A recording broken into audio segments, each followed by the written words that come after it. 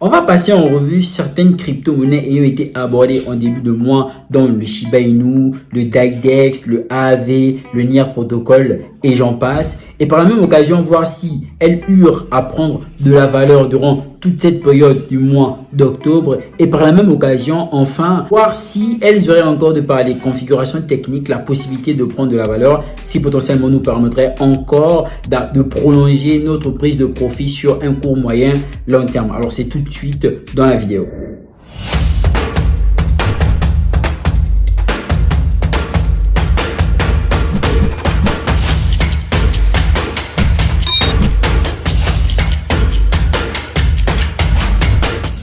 Alors les amis, AAV sera la première crypto-monnaie vu qu'elle a été abordée en début de mois de cet exercice. Alors tout de suite sur le AAV, on était à cette configuration là, d'ailleurs nous y sommes toujours. Et potentiellement le prix était à ce niveau là, en l'occurrence sur le niveau de 53 $. La question était relative à est-ce que tout simplement AAV va réussir à passer au-dessus, en ce sens où ça nous permettrait de prendre une certaine prise de pourcentage relative à 30% sur le mois, si je ne me trompe. On va le voir tout à l'heure sur CoinGecko, les performances de la crypto-monnaie hebdomadaire et mensuelle. Et donc sur le AAV niveau technique, on a tout simplement la cassure de cette résistance là, ce qui est déjà tout simplement très intéressant, car on a vu qu'ici le prix était en train de stagner, donc on parlerait tout simplement d'une certaine consolidation, et que par la même occasion il y avait accumulation de liquidités pour prendre une direction. Bien heureusement, la direction ayant été prise a tout simplement été celle à la hausse, qui potentiellement ayant été aidée par le mouvement de Bitcoin, c'est aussi important de le rappeler. Alors tout de suite ici nous sommes pour rappel en weekly, et donc il y a encore 4 jours avant que cette bougie ne puisse se clôturer. Bien évidemment, c'est ce qui constituerait en cas de positivité la confirmation de la cassure qui a été très puissante de par cette bougie ultra méga volumineuse. Donc en termes de statistiques, ça nous donnerait quelque chose d'assez intéressant pour le AAV, me semble-t-il.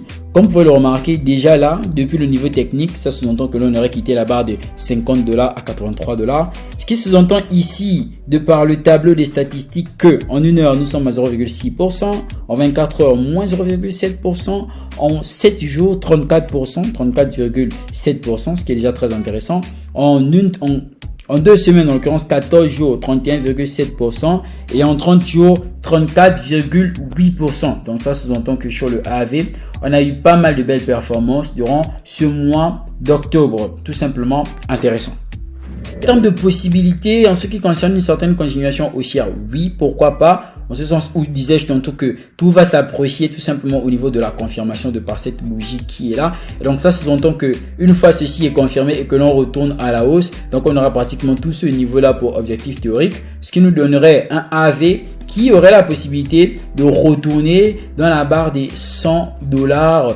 Pourquoi pas? Ce qui enregistrerait aussi une très belle prise de profit pour les personnes qui y seront sur un court moyen terme. Car en réalité, mon cas personnel, je ne hold pas du AAV sur le long terme. Généralement, je vais aller sur le AAV sur un court moyen terme, en ce sens où je vais carrément faire du trading spot en récupérant les bénéfices progressivement. La deuxième crypto-monnaie est tout simplement le Myria. Alors Myria ici, que justement, depuis cette flèche représentée en verte, nous a sorti tout simplement, me semble-t-il, une très belle statistique, vu que le niveau qu'il fallait casser de cette configuration symétrique était tout simplement cette zone de résistance là qui était très significative. Rappelez, en regardant le graphique, on voit très bien que le prix avait tout simplement du mal à passer au-dessus. D'ailleurs, il y a eu plusieurs tentatives. Regardez ces grandes mèches de liquidité sans succès. En tout cas, même quand le prix est passé ici, après la confirmation, on s'est rendu compte que le prix a voulu tout simplement rechuter. Donc, il est revenu encore prendre de l'appui sur cette résistance-là qui est devenue par effet direct un support. On doit tout simplement traîner comme il fait actuellement pour essayer potentiellement de dépasser ce niveau-là. Alors, sur le Myria, on a une belle configuration. Ce que nous a donné le Myria pendant tout ce mois d'octobre, on va le voir. Déjà, là, on voit qu'il a une performance actuellement en 24 heures de 11%, ce qui est tout simplement très intéressant. Et donc là, on a en 30 jours 48%. Ah ouais, c'est quand même énorme. C'est très énorme. 14%. En 14 jours, en l'occurrence 2 semaines, 23%. En 7 jours, 9,8%. En 24 heures, 11%. Et en 1 heure, 2,2%. Donc, on voit carrément que sur de 30 jours, c'est une crypto-monnaie qui nous a sorti une très belle performance. Pour ne citer que ça. Alors, est-ce qu'encore continuité il y a sur le Myriad dans les mois ou encore les jours à venir? Oui, pourquoi pas, parce que là, le projet a trouvé tout simplement une très bonne zone de support. Il faut le mentionner. Et donc là, on chercherait potentiellement à réellement réaliser l'objectif théorique de cette figure, en ce sens où on prendrait tout simplement tout ce niveau-là. Donc, ce qui pourrait nous amener un Myriad potentiellement à un prix un peu plus au-dessus, donc un peu plus au-dessus de ces différentes de mèches de liquidité là, donc à peu près à ce niveau, ce qui représenterait 0,002 en termes de valeur sur le Myriad. Ici sur le NIR protocole, pour observer tout simplement une hausse, il faudrait préalablement que l'on repasse au-dessus de cette ligne de tendance qui est tout simplement baissière. Vous voyez que là le prix il est en train de vouloir tout simplement retourner la tester. S'il réussit à passer, là on pourrait tout simplement avoir un NIR protocole qui nous sortirait tout simplement une très grande impulsion haussière, mais nous ne sommes pas encore là vraisemblablement, donc il faudra encore un peu de temps avant que l'on en arrive là. Et donc comme on peut le remarquer déjà à ce niveau, au niveau des statistiques, on se rend bien compte que sur du 30 jours on a tout simplement eu 4%. Sur du 2 semaines, on a eu 12%. Sur du 7 jours, là quand même, on est passé à 15%.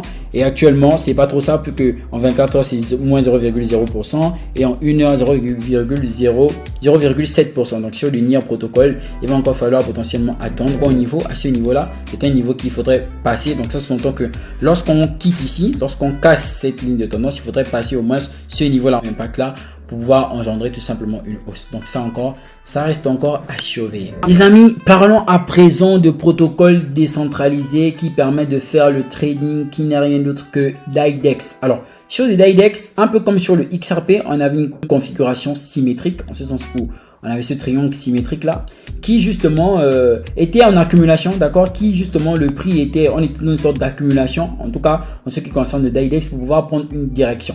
Et donc ce qui s'est passé, c'est que potentiellement avec le mouvement qu'il y a sur Bitcoin et consorts, les cryptos qui réagissent, les altcoins, etc. On a tout simplement un DAIDEX qui nous fait quoi? Qui casse, bien évidemment, il n'y a pas encore eu clôture, qui casse cette résistance, il n'y a pas encore eu de confirmation, c'est juste un break. Et donc ici, il faudra de constater que bon, c'est quand même assez volumineux. D'accord? Et donc, est-ce que tout simplement on va assister à une hausse dans les jours à venir ou encore les semaines à venir? Ça reste à regarder. Et donc, on peut déjà remarquer que ce niveau est très important. D'accord? Lorsqu'on va potentiellement, si potentiellement on a une confirmation ici, il faudrait que l'on passe au moins ce niveau pour essayer de retourner dans la barre de 4-5 dollars en ce qui concerne tout simplement le DAIDEX. Alors, les projets peuvent performer. On a vu avec le TRB qui justement, quand j'en parlais dans la dernière vidéo, devait être autour de 19 dollars, qui actuellement est tout simplement à 100 dollars. Donc, c'est tout simplement énorme et spectaculaire. Donc, les projets peuvent tout simplement performer. Il faudrait tout simplement pas être borné et comprendre certains niveaux techniques. Alors, donc, sur le DAIDEX, qu'est-ce qu'on a eu en termes de statistiques sur le mois d'octobre? On part pratiquement sur du 23% en 30 jours, sur du 14% en 24 heures et sur du 28% en 7 jours. Bon, après, sur 24 heures, on est à moins 0,2%. C'est ultra méga négligeable avec 1 heure 1,5%.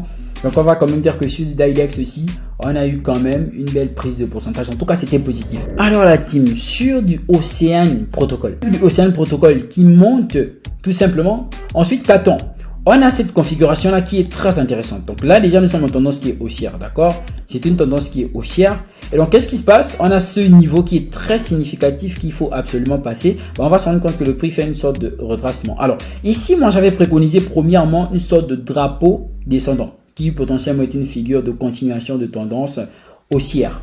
Et donc ici qu'attend? On se rend compte que le prix, il va tout simplement venir se bloquer à ce niveau-là. Donc, avec le mouvement de Bitcoin encore, cette bougie-là, une fois de plus, n'est pas encore clôturée. Et donc, ici, qu'est-ce qu'on assisterait?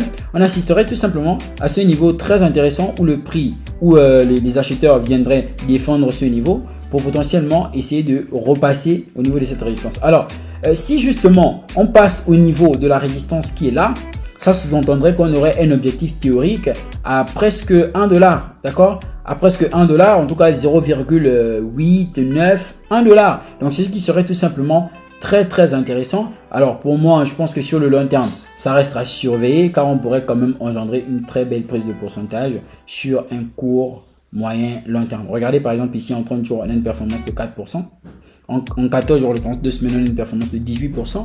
Et en 7 jours, on a une performance de 20%. Donc voilà, c'est un peu plus en augmentation. Et donc ici, en 24 heures, bon, c'est négligeable, 4,7%, et en 1 heure, 0,7%. Et donc ici, je pense qu'il y a encore la possibilité de faire grand chose ici, seulement si on passe. Déjà, je vois pas trop comment est-ce qu'un scénario vraiment baissier comme ça serait imaginable pour aller jusqu'où.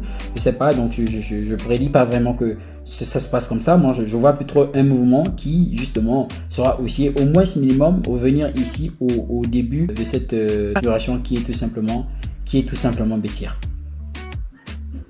Alors les amis, on ne pourra certainement pas revenir sur toutes les crypto-monnaies. Néanmoins, on va donc boucler avec le Shiba Inu. Alors Shiba Inu, depuis lors, nous sommes dans une belle baisse. D'accord, on a une très belle configuration baissière qui, elle, est tout simplement ce biseau descendant qui, de principe, est une figure qui engendre potentiellement un retournement haussier. Alors, ici, on va plutôt s'appesantir sur ce mouvement qui est fait actuellement, qui est un mouvement en double bottom. Une fois de plus, figure de retournement haussier. Et donc là, on cherchait tout simplement le deuxième bottom. D'accord, et je pense qu'on vient de l'avoir à ce niveau-là. On vient tout de suite de l'avoir. Potentiellement, cette bougie qui est encore en mouvement, elle n'a pas encore clôturé. Alors, est-ce que sur le Shiba Inu, on aura la possibilité dans les semaines à venir de repasser? En réalité, le niveau qu'on doit break, c'est même pas cette ligne de coup de la figure en double bottom ici. C'est tout simplement, premièrement, cette résistance du biseau, tout simplement. Pourquoi? Parce que c'est une ligne de tendance qui est baissière, qui nous a propulsé jusqu'ici dans la barre de 5 $ après la virgule 6, il faut le rappeler. Donc c'est très important qu'on passe ce niveau. Maintenant après, si on n'arrive pas à passer ce niveau, ça sous-entendrait potentiellement qu'on va régresser. Et cette régression sous-entend que l'on passe en dessous de ce support qui est là. Or, entre-temps, si on passe en dessous de ce support, là, on aura réellement un Shiba Inu qui reviendrait ici au niveau de cette mèche de liquidité. En l'occurrence, sur la base de 5 € après la virgule 5, 4, ce serait pas très intéressant.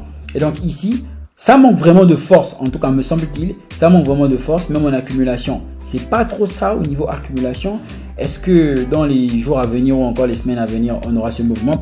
Généralement, c'est que Shiba Inu va vraiment répondre au mouvement de Bitcoin. Mais malgré ce mouvement de Bitcoin, durant ces jours passés, on n'a pas atteint tout simplement l'objectif qui est recherché, le premier objectif qui est tout simplement le fait de break cette résistance baissière qui est à ce niveau. Et donc vous voyez que ici on avait été rejeté tout simplement par un gros avalement baissier, ça a tout simplement chuté avant d'essayer de stabiliser là sur ce niveau de support. Assez intéressant. Alors au niveau statistique sur le Shiba Inu, qu'attend? Là déjà on a un Shiba Inu qui prend plus 3,8%, c'est quand même négligeable. D'accord. Et donc ici sur du 30 jours, on a 7%, sur du 14 jours, 14%, sur du 7 jours, 14%. Donc on n'a même pas été capable de toucher les 30%. Vous voyez que sur un an, nous sommes pratiquement en chute de moins 22%. Surtout, pour me dire ce que vous pensez dans la barre de commentaires. C'est toujours un réel plaisir. Bienvenue sur Ulysse Crypto. Allez, peace out.